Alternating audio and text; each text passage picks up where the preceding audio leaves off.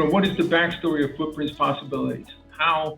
What did I do in my former life to deserve what I do on the weekends and holidays and on my free time? I'm just joking, but I always say my daytime job is, as it was for 7 years, as a quality assurance engineer for the expansion of the Panama Canal. So I was responsible for all aspects of the construction quality, first at the Atlantic locks for 3 years, and then for the balance of about 4 years at the Pacific locks.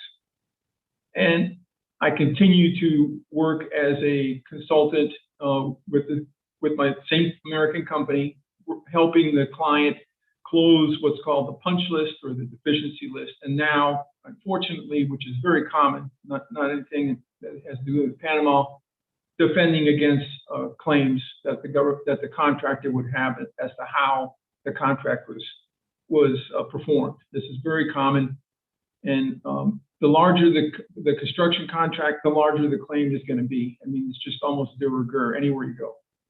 So that's what I'm doing. That's what I did and what I'm doing now.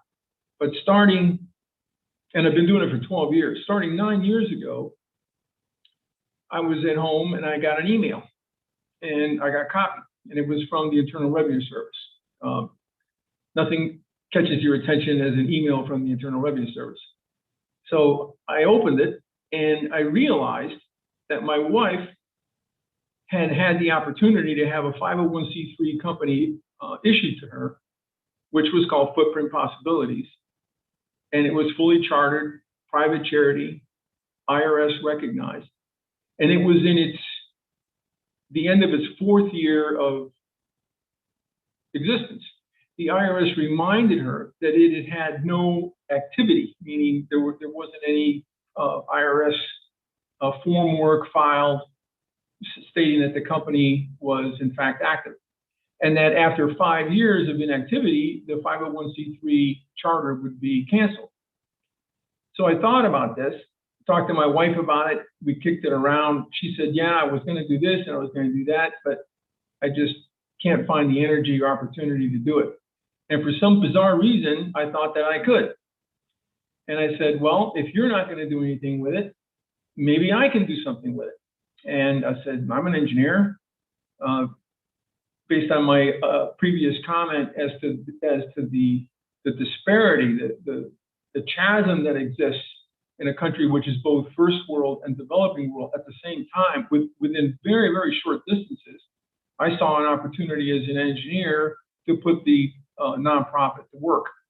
At the same time, my former employer, who merged with my current employer, funded Engineers Without Borders Panama.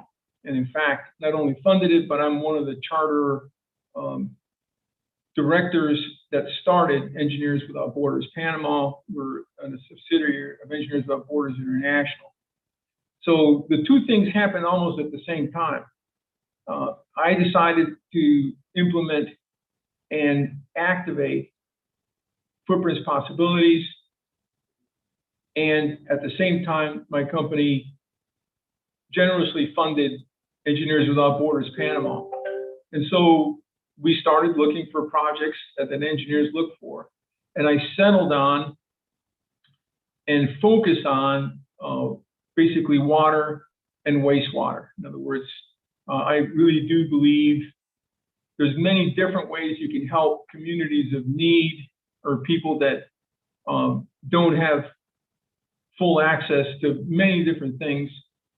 But I do believe that if they have no access to potable water, to fresh drinking water, that is strike one and strike two.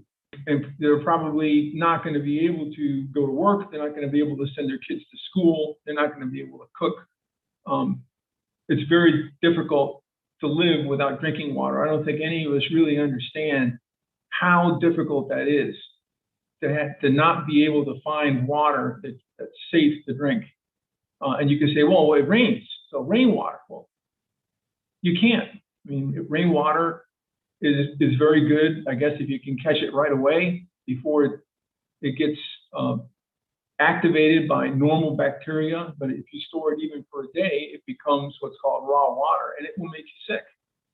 And so I dedicate myself basically to potable water, finding it, transporting it, storing it, and then at the flip side, once a community has enough potable water, collecting the what's called gray and black water, which is wash water and sanitary water, and treating it and disposing of it in a normal septic system, which we would recognize in the United States. That way, you don't create a problem when you solve a problem. So those are the two main things that I started with, but since then, I've gotten into other areas, one of which is education, and the other one is marketing.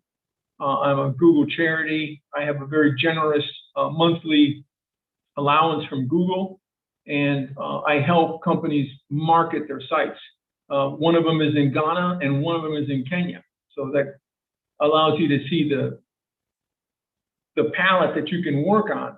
You're really not limited. So everything from internet marketing to design services to coordinating and being the bridge between American universities and communities of need that require designs for different things, to physical infrastructure that's centered on water and wastewater. So that's basically the 30,000-foot view of what I do and how I got here.